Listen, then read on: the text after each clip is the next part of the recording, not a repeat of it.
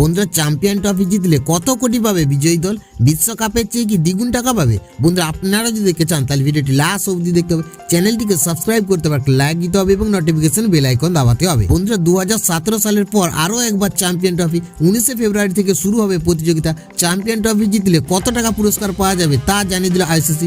2023 সালে একদিনে বিশ্বকাপ জিতে অস্ট্রেলিয়া যে পরিমাণে অর্থ জিতেছিল তার থেকে কমই পাবে চ্যাম্পিয়ন ট্রফি জয়ী দল। বন্ধুরা, শুক্রবার আইসিসি জানিয়েছে চ্যাম্পিয়ন ট্রফি জয়ী দল পাবে $2.24 মিলিয়ন, প্রায় 19.5 কোটি টাকা।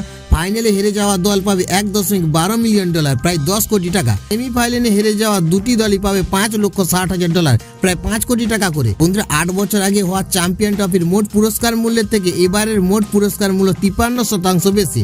2023 সালে একদিনে বিশ্বকাপ জিতে অস্ট্রেলিয়া পেয়েছিল $4 মিলিয়ন, প্রায় 35 কোটি টাকা। বন্ধুরা, চ্যাম্পিয়ন ট্রফিতে অংশ নেওয়া 8টি দলকে $1,25,000, প্রায় 1,09,00,000 টাকা করে দেবে আইসিসি।